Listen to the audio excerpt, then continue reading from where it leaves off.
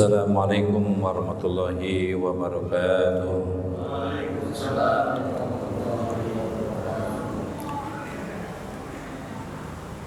Alhamdulillah wassalatu wassalamu ala rasulillah wa ala alihi wa sahbihi wa man tabi'a wa wala.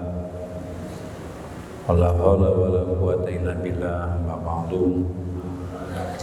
Subhanaka la ilma lana illa ma 'allamtana innaka antal alimul hakim.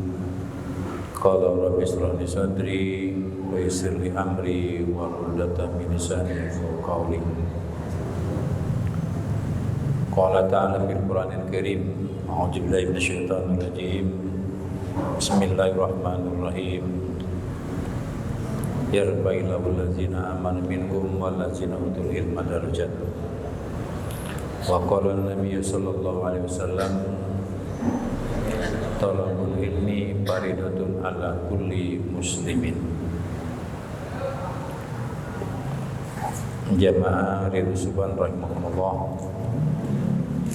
Puji dan syukur marilah senantiasa kita panjatkan kepada Allah Subhanahu wa taala atas semua nikmat yang Allah karuniakan kepada kita. Alhamdulillah, pada malam hari ini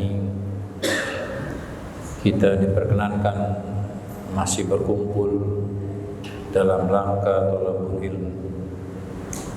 Mudah-mudahan Allah ridho kepada kita. Allah mengangkat derajat orang-orang yang berilmu karena semata-mata mencari karunia ridha Allah Subhanahu wa taala. Salawat dan salam mari senantiasa kita sampaikan kepada junjungan kita yang mulia Nabi besar Muhammad sallallahu alaihi wasallam. Mudah-mudahan yang kita mencintai beliau, yang melebihi cinta kita pada diri kita sendiri,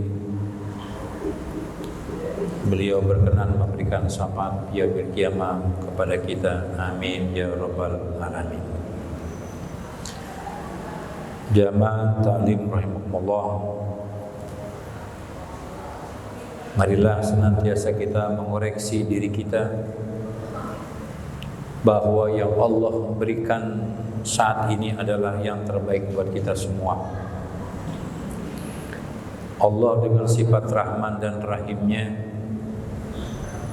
menyayangi semua hambanya, semua makhluknya, baik itu tumbuhan, binatang, lautan, gunung, planet-planet, segalanya yang ada di muka bumi ini dalam genggaman dan pemeliharaan Allah.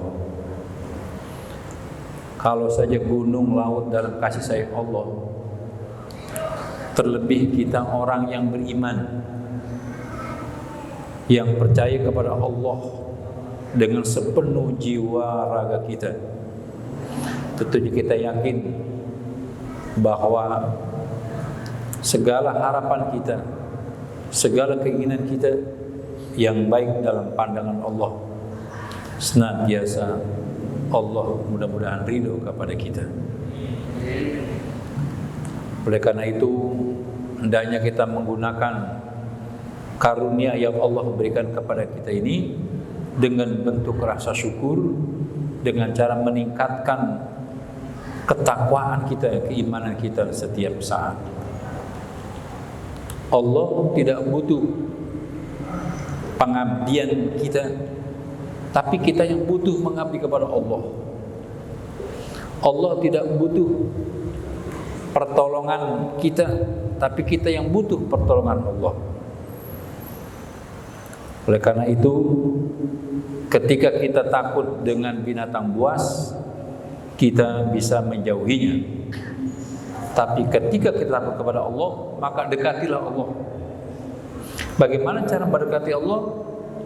Yaitu dengan cara kita beribadah kepadanya, dengan cara kita melaksanakan hukum-hukum dan perintahnya, dengan cara menjauhi apa yang menjadi larangannya. Jadilah hamba-hamba yang memang hanya berharap keridhaan Allah Subhanahu wa taala. Itulah bentuk rasa takut kita. Ittaqullah bertakwalah kamu, takutlah kamu kepada Allah.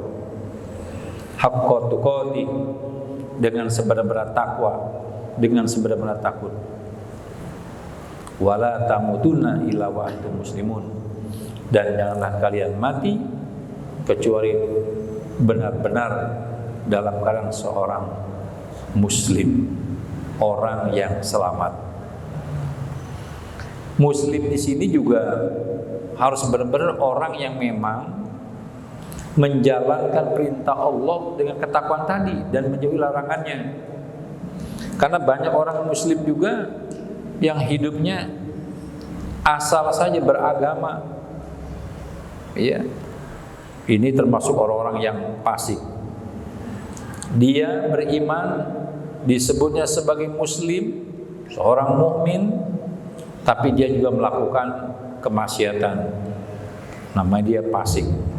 Kita ingin menjadi muslim, mukmin yang sejati, yang nanti ketika masuk ke dalam alam barzakh kita sudah siap menghadapi pertanyaan munkar dan nakir. Ini paling penting dalam hidup kita. Baik, malam hari ini kita akan membahas atau materi pelajaran kita tentang hadis yang kita ambil dari kitab Mukhtarul Ahadits An-Nabawiyah.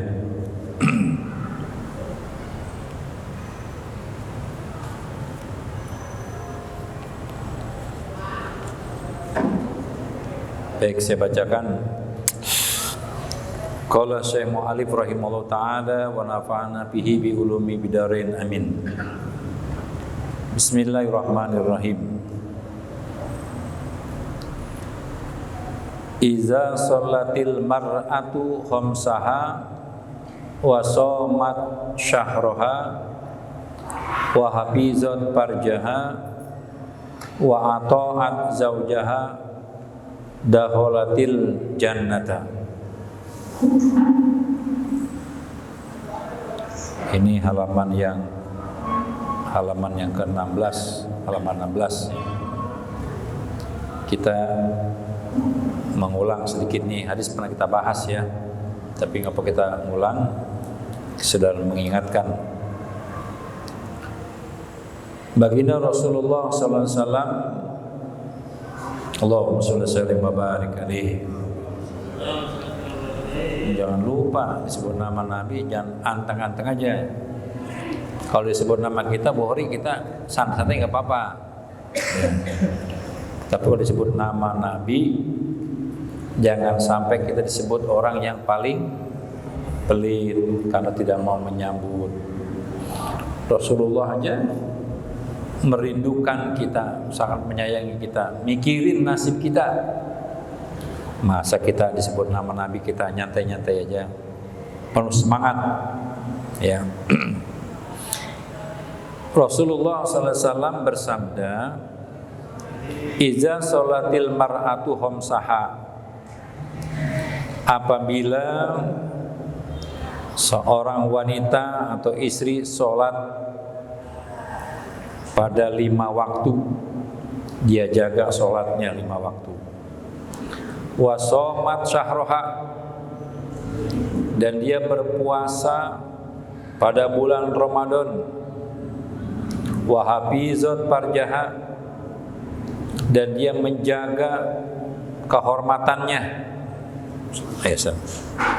Wa ata'at zaujaha, yang keempat, dia taat berbakti pada suaminya.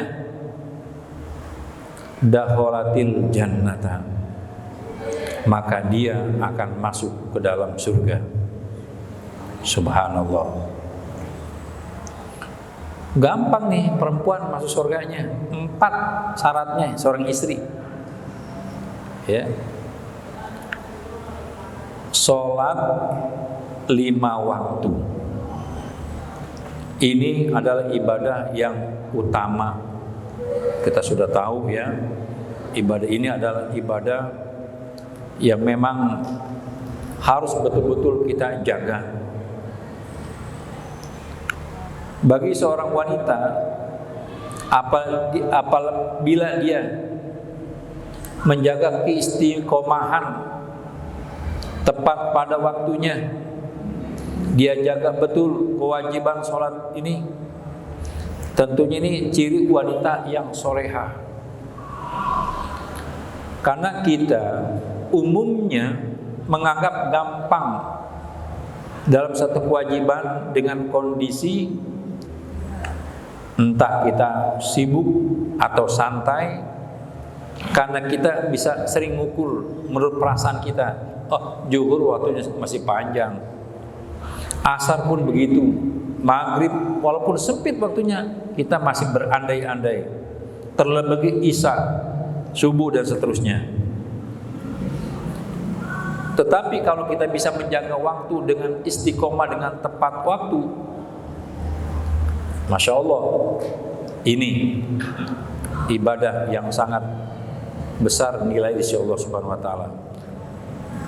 Terlebih istimewa lagi bagi orang yang belum masuk waktu, dia sudah menunggu untuk siap menghadap Allah. Ini sholat ini ibadah yang nggak main-main. Puasa perintahnya ayatnya turun. Jihad perintahnya juga Jibril membawa dari langit ke bumi menyampaikan kepada Rasulullah. Haji pun demikian, dan amal lain seperti itu. Jibril diperintah bawa wahyu ke bumi sampai kepada Rasulullah. Tapi ketika Rasulullah mendapat amanah perintah sholat, Nabi yang diundang menghadap Allah Subhanahu wa Ta'ala. Tuh. Jadi sini bukan hanya perempuan aja ya, kita juga laki-laki memang kewajiban sholat ini. Karena saking istimewa sholat itu, sekali lagi Nabi yang diundang, Rasulullah dijemput, bahkan fisik Rasulullah, mental Rasulullah dibekali dengan bekal yang sangat istimewa, dibedah dulu, dicuci dulu, ya, jantungnya, hatinya, untuk dibersihkan. Padahal hati Nabi sudah bersih, tapi masih tetap dibersihkan lagi. Nabi hatinya, jantung dibersihkan dengan air Zam-Zam. Bukannya begini logikanya. Kalau kita berwudu, kita mandi, itu air membersihkan tubuh kita. Tapi air yang menyentuh badan Rasulullah bukan air Zam-Zamnya yang membersihkan Rasulullah, tapi air Zam-Zam yang bersentuhan dengan Rasulullah, air Zam-Zam mendapat kemuliaan. Jadi kalau Nabi berwudu, ya, beda dengan kita. Kalau kita berwudu dengan air, memang wasilahnya adalah agar tubuh kita bersih dengan cara dibasuh. Ya. Kalau badan kita kotor, kita cuci dengan air, maka kotor akan hilang. Tapi Rasulullah berwudu, yang menyentuh air itu ke Rasulullah, maka air itu mendapat kemuliaan. Sehingga wajar kalau jatuhan air yang bekas Rasulullah diperebutkan oleh para sahabat. Shallu ala Nabi. Itulah bedanya Rasulullah dengan kita. Keringatnya bau minyak kasturi yang berbulan-bulan sahabat apabila mendapatkan itu, menyentuh itu, maka tidak hilang-hilang wanginya. Kita bau juga, bau ketek kita mah lain. Masya Allah. Karena Rasulullah terbuat dari nur maukonur, cahaya di atas cahaya. Jadi bukan sembarang cahaya, cahaya di atas cahaya. Ya, kalau bicara cahaya di atas cahaya, kita nggak bisa bayangkan itu seperti apa Rasulullah, betapa mulianya. Makanya wajar ketika Isra Mi'raj sudah sampai ke langit, ya, ketujuh itu, malaikat Jibril tidak sanggup lagi. Apabila Jibril melanjutkan perjalanan, maka malaikat Jibril yang akan musnah. Sementara Nabi, kenapa tidak? Karena Nabi Nur fauqa nur, cahaya di atas cahaya. Itu. Jadi ini para istri kita, para wanita diingatkan, jangan melalaikan sholat. Karena ibadah sholat ini ibadah yang sangat penting, pahalanya sangat besar, maka godaannya pun besar. Iblis itu kalau melihat satu ibadah yang kualitas pahalanya besar, godaannya juga makin besar. Contoh misalnya sholat subuh, ya, itu kan kita sedang enak-enaknya pula subuh hari itu. Coba dah. Apalagi dari sore kagak tidur, jam 2 masih melek nungguin Manchester United melawan Liverpool, ya, jam 3 masih melek, setengah 4 udah mulai siap-siap tuh jahe. Ngapa dekat subuh? Mantepnya bukan main. Dari sore kuat begadang, gila dekat subuh itu mata udah ikan bandeng itu, matanya bontok itu. Masya Allah, ya. Makanya tidak heran kalau rakaatain fajri khairum minad dunya wa ma fiha. 2 rakaat salat fajar itu lebih baik daripada dunia dan seisinya, karena memang sangat istimewa, ya. Yang kedua, wasomat syahroha, ya, apabila dia mengerjakan puasa di bulan suci Ramadan. Nah ini juga, ya, ibadah yang istimewa. Bayangkan tabiat manusia, karakteristik manusia, keinginan manusia biasanya dilepas dari ingin mengenyangkan dirinya, dari menghilangkan rasa dahaganya. Sementara kita disuruh tahan dengan tidak makan, dengan tidak minum. Itu puasa tingkat dasar. Namun puasa kita kalau dari masih kanak-kanak seperti itu sampai sudah remaja, harusnya ditingkatkan lagi. Puasanya puasa apa? Mulai puasa panca indera kita. Tidak hanya makan dan minum yang kita tahan, ya, tapi juga kita jaga pandangan kita. Kita jaga lisan kita dari ghibah, ya, dari membicarakan tentang orang lain, dari keburukan orang lain. Tuh, tingkatkan lagi. Sampai pada level yang khawas bil khawas, yang khusus, sangat khusus. Apa itu? Udah bicara tentang puasa hati kita. Jangan sampai terlintas di hati kita sedikit pun lupa kepada Allah. Kita jaga hati kita dari buruk sangka kepada hamba-hamba Allah. Oh, ini sangat istimewa nih ya, sampai begitu. Wa hafizun farjaha. Yang ketiga, menjaga kehormatannya. Nah, ini sekarang banyak ini, ya, wanita ingin dianggap cantik, maka dia perlihatkan tubuh moleknya, rambutnya yang indah, kulitnya yang mulus, ya, lenggak-lenggok badannya, masya Allah. Itu banyak kita lihat sekarang nih. Banyak yang kadang-kadang public figure yang berpisah dengan suaminya, dulunya pakai jilbab, begitu berpisah bercerai, dibuka jilbabnya, ya, masya Allah. Jadi nutup auratnya karena ada sesuatu menurut takaran maunya dia, bukan karena taatnya pada agama. Kita ngeri kalau begini nih. Tolong ya para istri kita, baik di rumah apalagi di luar, tutup auratnya. Orang banyak yang pakai jilbab tapi tidak nutup aurat. Gimana sih, San? Pakai jilbab tapi nggak nutup aurat? Banyak begitu. Pakai kerudung, pakai baju, tapi pakainya tipis, tapi pakainya ketat, sehingga bisa menimbulkan syahwat. Ya bukan mahramnya laki-laki lain. Itu namanya belum nutup aurat, walaupun rapat dari kepala sampai ujung kaki. Tapi kalau pakaiannya ketat, masya Allah, ini namanya masih wanita bertelanjang.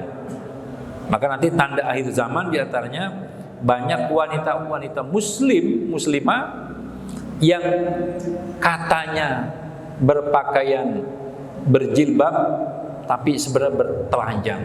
Pakai jilbab tapi telanjang. Siapa itu? Mereka tadi yang berpakaian ketat. Apalagi yang dibelah sono dibelah sini mah. Bukan main begitu tuh. Ini nih. Hati-hati ya. Wa ata'at zaujaha. Yang keempat adalah yang taat kepada suaminya. Ini kalau istri yang taat pada suami, tentunya apapun yang dikerjakan minta izin, minta ridho suaminya. Ya, kadang-kadang suka pada berani-berani sekarang nih.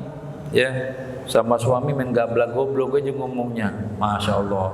Lagi punya duit banyak mah bukan main, lemah lembut, sayang, ya. Begitu suaminya rada kendor aja dompetnya, mulai dah tuh sifat karakter aslinya muncul. Hati-hati. Ada 4 ciri ya.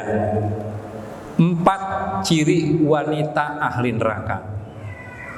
Siapa itu? Yang pertama, jika suaminya tidak ada di depan dia atau suaminya tiada, maka dia menceritakan keburukan suaminya. Dia caci maki itu kekurangan suaminya. Diceritakan sama orang lain, sama tetangga, aib rumah tangganya, kekurangan suaminya. Tetapi kalau ketemu ada di depan dia suaminya, maka mulutnya berkata keji, kasar. Ada nggak kira-kira perempuan yang begitu? Ada itu. Inilah kadang-kadang wanita ya, makanya perlu dididik dengan betul-betul. Lama-lama dia makin berani. Kalau memang pondasi agamanya kurang lagi, maka semakin enteng dia menceritakan seolah hal biasa saja. Suaminya diceritakan tentang uang belanjanya, kelemahan fisiknya, kurang perhatiannya, ya, fisiknya begini, fisiknya begitu, dan seterusnya. Masya Allah. Sebenarnya harus dia sadari, ketika dia ijab kabul, dia terima suaminya apa adanya. Sejak saat itu harus dia jaga betul kehormatan suaminya. Dia tutup rapat-rapat kekurangan suaminya. Ini kalau wanita yang paham. Ya, jangan waktu senang saja suaminya dipuji setinggi langit, begitu kekurangan dibuka aibnya kemana-mana. Summa na'udzubillah. Runtuh itu langit kehormatan rumah tangga. Makanya penting kita nih sebagai laki-laki selalu mengajarkan, ya, memberikan contoh teladan yang baik. Bisa jadi bagaimana istri kita akan sopan kalau suaminya misalnya omongannya, kata-katanya kasar, ya. Di rumah juga sifat perilaku tabiatnya tidak mencerminkan seorang pemimpin dalam rumah tangga yang baik. Kan tidak ada asap kalau tidak ada api. Jadi ketika istri perilaku seperti itu, suami-suami juga bercermin, ya, berkaca dulu kenapa bisa seperti itu. Hati-hati nih. Yang kedua, siapa lagi? Istri-istri ahli neraka. Mereka yang kalau keluar dari rumahnya itu tadi tidak menutup aurat, maka pakaikanlah pakaiannya yang layak, yang pantas, jilbabnya jangan sampai dilepas. Ya, walaupun ke rumah tetangga sebelah, walaupun ke rumah saudaranya, apalagi bepergian jauh, ya, tolong jaga betul, ya, aurat seorang wanita, karena wanita itu bisa menjadi bencana bagi orang lain apabila dia tidak mengikuti aturan agama dengan benar. Banyak nih laki-laki yang tergelincir, yang terjumus gara-gara urusan wanita. Seseorang nggak punya uang, kadang dia bisa tahan, ya, Tapi kalau udah godaan seorang wanita ini berat. Banyak sejarah ya, para raja-raja, para pembesar-pembesar jatuh runtuh kekuasaannya karena urusan wanita. Bahkan iman juga bisa digadaikan tuh gara-gara cintanya pada seorang wanita yang berbeda akidah. Itu kadang-kadang, bukan kadang-kadang, banyak kita lihat ya, nikah beda agama karena cinta yang luar biasa. Kalau ditanya apa ini hak asasi manusia, Tuhan telah mengaruniakan rasa cinta dan kasih sayang. Benar, cinta dan kasih sayang. Tapi berkaitan dengan akidah, kita tidak kompromi, harus seakidah ketika orang berumah tangga. Kemudian yang ketiga, siapa ciri istri yang ahli neraka? Dia minta sesuatu kepada suaminya yang suaminya nggak sanggup memenuhinya, tapi dia paksa. Bang, kita udah berumah tangga lama ya, dulu udah 10 tahun, cincin saya masih setengah gram, apa gini masih setengah gram juga. Tolong bang, emang suaminya ya belum mampu, jangan dipaksa, seharusnya begitu. Kalau sering-sering suaminya memaksa, ya, istrinya memaksa suaminya melakukan hal yang tidak dia mampu, kan itu sangat sensitif. Bisa jadi akhirnya apa? Suami-suami akan melakukan tindakan perbuatan yang di luar batas kewajaran dan bisa juga melakukan tindakan menghalalkan berbagai macam cara untuk memenuhi keinginan istrinya. Ini bahaya. Pengen terbit motor yang mahal, yang baru, padahal suaminya belum mampu. Ingin pakaian ini dan itu, padahal suaminya lagi pas-pasan kerjaannya. Makanya penting nih kita ya dorong istri kita mengikuti pengajian yang benar, ya, supaya dapat masuk dalam pikiran hatinya sifat-sifat yang terpuji, ya, sesuai dengan tuntunan agama. Tapi ngajinya juga jangan ngerumpi melulu. Ya, ngajinya mikirin arisan mulu, mikirin seragam mulu man. Ya, kan begitu seragam mulu ibu-ibu. Sebulan bisa 3 kali ya ganti seragam tuh. Setahun berapa tahun setel itu kalah dah. Ya, suaminya mah. Jadi kalau suka banding-bandingin selagi emang Masya Allah. Kadang-kadang ngaji kayak pameran gelang, ngaji pameran cincin, usianya juga itu saja ngomong. Jadi ibu-ibu kita harus kuat begini, bukan main. Udah perpusing itu ibu-ibu. Karena wanita apa kalau urusan lihat emas, udah dah. Kan benar kata kiai itu tuh. Ya kalau bini puyeng jangan diajak ke puskesmas, ajaknya kemana? Oh, toko emas. Baik dah langsung. Masalahnya udah begitu ya, memang udah kodratnya tuh. Makanya. Ya. Itu udah dijawab kubur katanya istri dosanya ditanggung suami. Jadi kalau seandainya kayak begitu bagaimana itu? Kalau kita pukul ya udah. Karena susah, kamu harus ditanggung suami saya. Apa harus kita train? Juga. Baik. Kalau kayak Firman kan namanya pasrah gitu.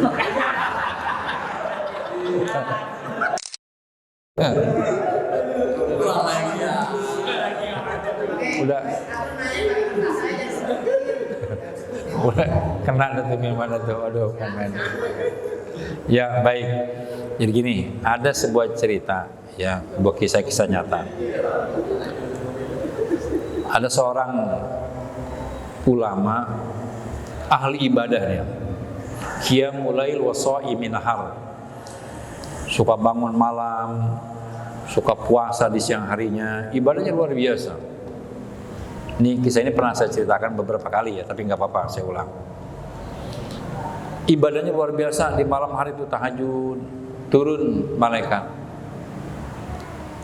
Kamu ngapain ibadah capek-capek?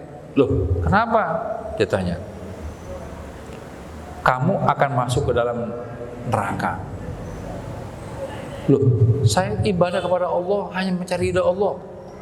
Iya, tapi tahu nggak penyebabnya kamu masuk neraka? Nggak tahu.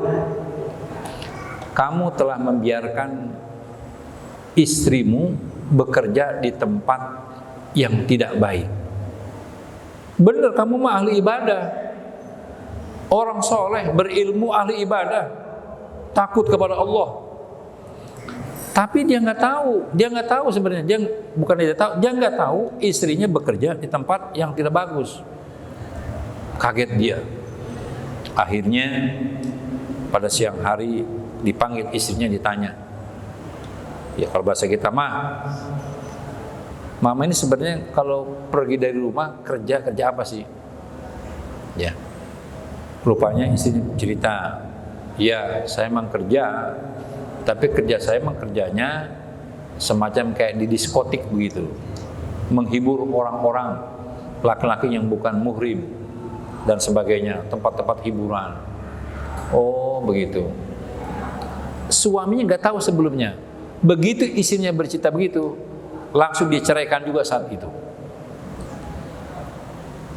Nah begitu diceraikan istrinya, maka beberapa hari kemudian turun lagi malaikat mengabarkan bahwa dia termasuk golongan orang-orang yang ahli surga. Jadi sebenarnya suami-suami ini punya tanggung jawab besar. Itu kalau bicara qabiltu nikahaha wa tazwijaha bi mahril mazkuri halan. Kata halan bagaimana sah? Sah, kata saksi sah. Jadi semua persoalan istri tanggung jawabnya di pundak suaminya. Itu malaikat itu gempar sebenarnya. Ya Abdullah, wahai hamba Allah, engkau seorang laki-laki, seorang suami. Hari ini engkau berjanji di hadapan Allah, engkau akan tanggung seluruh perbuatan istri-istrimu, semua pekerjaan istrimu. Maka dalam Islam didiklah istri itu dengan didikan agama yang terbaik. Udah saya suruh ngaji, bener. Udah saya suruh sholat, iya sholat, tapi karena sholat kadang enggak. Ngaji mah rajin, tapi pulang ngaji berantem sama laki, berani banget sama laki, ngomelin laki-laki. Ada yang begitu? Kagak berubah, ngeluh mulu. Waduh. Nah, kalau sudah kita nasihati, kita didik, kita ingetin, nggak berubah. Tuh. Nanti malam, saya ini udah beberapa kali ngomong nih, mama kalau sholat suka terlambat mulu. Sholat Johor, berdikit lagi asar. Sholat asar, berdikit lagi maghrib. Ya, karena kelewatan isya ketiduran sampai subuh. Udah saya bilang berkali-kali, ya ini itu juga kayaknya nggak banyak diendahin. Udah ntar malam kita tidurnya misah. Mama di kamar satu, saya di kamar ini. Gitu dulu, ada tahapan dulu. Jangan langsung mencerain aja dulu. Ya, misah dulu. Begitu misah, kata dia, nggak apa-apa. Yang dasar bini ngelawan, dia nggak apa-apa tuh. Ya, kita sabar. Gue pikir gue ngomong begitu, lu mikir kali, ternyata lu malah ngelawan. Gak apa-apa, nantangin, udah sabar. Kalau beberapa malam pun begitu gak ada perubahan, besok ningkat lagi tuh, ya bilangnya, ya dari mulai pisah tidur, mulai, dah besok karena mama nih kayaknya gak berubah juga nih, udah saya nasihatin baik-baik, sampai misah tidur juga gak berubah.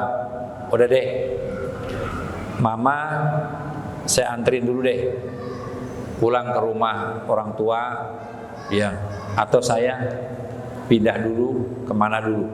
Tapi jangan diniatin kita itu untuk cerai dulu, jangan. Walaupun itu bisa juga kinayah, hati-hati, ya. Tujuannya kalau dia pulang ke rumah emaknya, coba barangkali dia introspeksi diri dan di sana bisa dinasihati oleh mertua gitu. Tapi jangan niatin ini adalah kinayah untuk bercerai, karena talak itu jadi dua jatuhnya, bisa secara jahar, bisa juga secara kinayah. Jahar itu artinya apa? secara nyata-nyata kita mentalak istri kita. Ma, hari ini saya talak 1, saya ceraikan. Itu namanya secara jahar, nyata. Tapi kalau kinayah, ma, pulang deh ke rumah orang tua, sana. Kalau niat kita seperti itu, udah jatuh tuh. Tapi tujuan kita dia pulang ke rumah orang tuanya, kita anterin ke rumah mertua supaya nanti saat dinasihatin, dididik. Udah dapat 3 hari kita jemput. Udah kalem tuh dia, kalem biasanya sehari, 2 hari, seminggu, 2 minggu. Sononya begitu lagi aja. Nah, kalau udah beberapa tahap daripada timbul fitnah atau fisik kita kena ke tubuhnya, itu gak boleh. Udah lebih baik, ma, karena kelihatan mama tidak berubah, memang saya pekerjaannya seperti ini, saya mampunya seperti ini, kadang saya seperti ini, udah kita misah deh. Talak tuh, abgodu halal ilallah atolak, perbuatan benci, ya, tapi halal boleh adalah bercerai. Gak apa-apa, ceraiin. Namanya talak 1. Jangan saking keselnya, udah saya talak 3. Zolim itu, munkar, nggak boleh. Talak 1 dulu. Nah, jadi ada tahap-tahapannya. Jadi kita nggak boleh, biarkan, jangan kita biarkan saja. Kemarin jamaah juga ada yang bertanya ke saya di Al Hidayah tuh, 2 kali bertanya malah. Dan minggu lalu kemarin nanya lagi malam Senin. Jadi istrinya itu udah kelawan banget sama dia. Ya, ngomongnya udah kasar banget. Udah nggak pantas banget sebagai istri ngomong sama suami. Dia pun hati sebenarnya ingin menceraikan, tapi satu ganjalan dia apa? Anak. Di anak doang.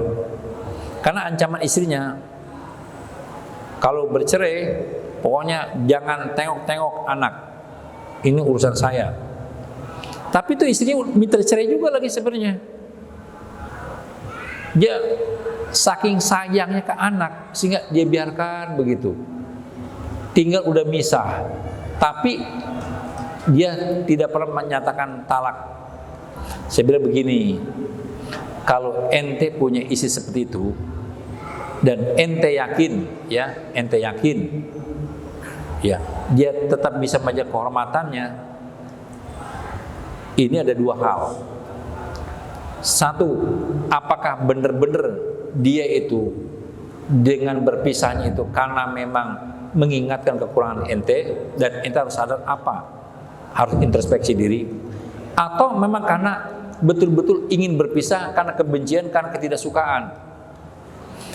Kalau ente ngambangin begitu tuh, lalu si istri masih tetap benci, kesel, ngomongin segala macam kekurangan, itu fitnah. Ente yang kebagian dosanya, ente yang tanggung. Harus diperjelas, nggak boleh bikin ngambang seperti itu. Al halal wal haram bayyinun, harus jelas itu. Ya, makanya sejak awal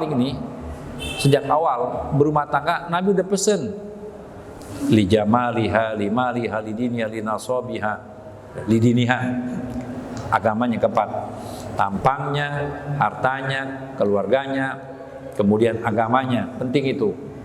Nah, ketika kita sudah berumah tangga, maka kita tetap punya kewajiban mendidik istri kita. Jangan sampai kita biarkan berumah. Cuma masalahnya, aduh, kalau dicerain entar banyak resikonya, terutama anak, ya, anak yang kita pikirin. Ya, kalau saya nyari sih janda mah bebaris sudah, ya, perawan-perawan yang ini banyak. Tapi kan kita nggak berpikir sesempit itu kan. Kita ingin tetap menyelamatkan rumah tangga. Makanya harus sabar juga suami itu menghadapi istri yang seperti itu. Ya. Bagaimana kalau misalnya suaminya ibadah rajin banget sehingga melupakan kewajiban dia memberikan kebutuhan fisik misalnya, juga nggak boleh. Sholat terus, apa yang nggak mau tidur bersama sama istrinya, jangan. Karena ada sahabat juga pernah ditegur oleh Nabi. Jadi ada seorang istri ngadu kepada Rasulullah bahwa suaminya itu ibadah mulu sehingga dia nggak dicolek-colek. Sehingga Nabi ada negur, ya, luar biasa itu. Jadi ini diingatkan, ya Bukhari, ya misalnya nih ya, kalau ada teman ente cerita seperti itu, tolong dipertegas Jangan dibikin ngambang tuh. Nanti kalau istri berbuat maksiat terus di belakangnya suaminya membiarkan, apalagi dia tahu, dia nggak tahu aja juga dia berdosa. Apalagi dia tahu istrinya melakukan kezoliman, ketidaksopanan, asusila dan sebagainya. Ini penting. Makanya rumah tangga itu, masya Allah, ya Nabi katakan, khairukum min ahli wa khairukum min ahli. Yang terbaik kamu adalah yang paling baik dengan keluarganya, dan aku terbaik untuk keluargaku. Ayat lain dikatakan dalam Al-Quran, ya Yuhannas, ya ayyuhallazina amanu qu anfusakum wa ahlikum naro. Karena begitu pentingnya, jangan sampai nanti ada kisah orang yang soleh suaminya itu berkaitan dengan anaknya, dia salah didik anak, dia biarkan aja anaknya melakukan apa saja, orang tuanya mau jalan masuk ke surga, tiba-tiba anaknya manggil-manggil, wah anaknya dalam neraka. Saya begini nih karena bapak saya, jadi akan terkait, ya, apalagi dengan istri kita. Jadi penting.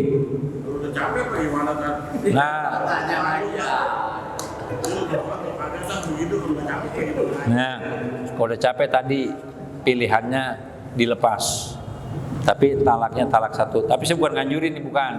Ya, kalau masih ada jalan lain, ya mungkin gini, capek kata kita, tapi kita sebenarnya belum maksimal. Kita bisa jadi belum memanfaatkan famili kita, saudara kita, atau orang yang dia segani. Oh, cuma udah gak ada hormatnya sama saudaranya, sama orang tua jelawan, tapi rasanya ada kali sama gurunya mah, sama ustazahnya mah. Coba tuh minta bantuan, minta tolong, dinasihatin, diingetin. Ya, insya Allah. Terus doa kita jangan-jangan masih kurang. Kita kesel cuma kesel di hati doang, tapi kita nggak imbangi, ya, upaya kita dengan doa yang lebih kuat. Saya berdoa mulu, tahajud banget saya berdoa. Mungkin kita baru sadar ucapan, belum diiringi dengan misalnya dengan yang lainnya. Apa itu? Misal sodako. Nih, saya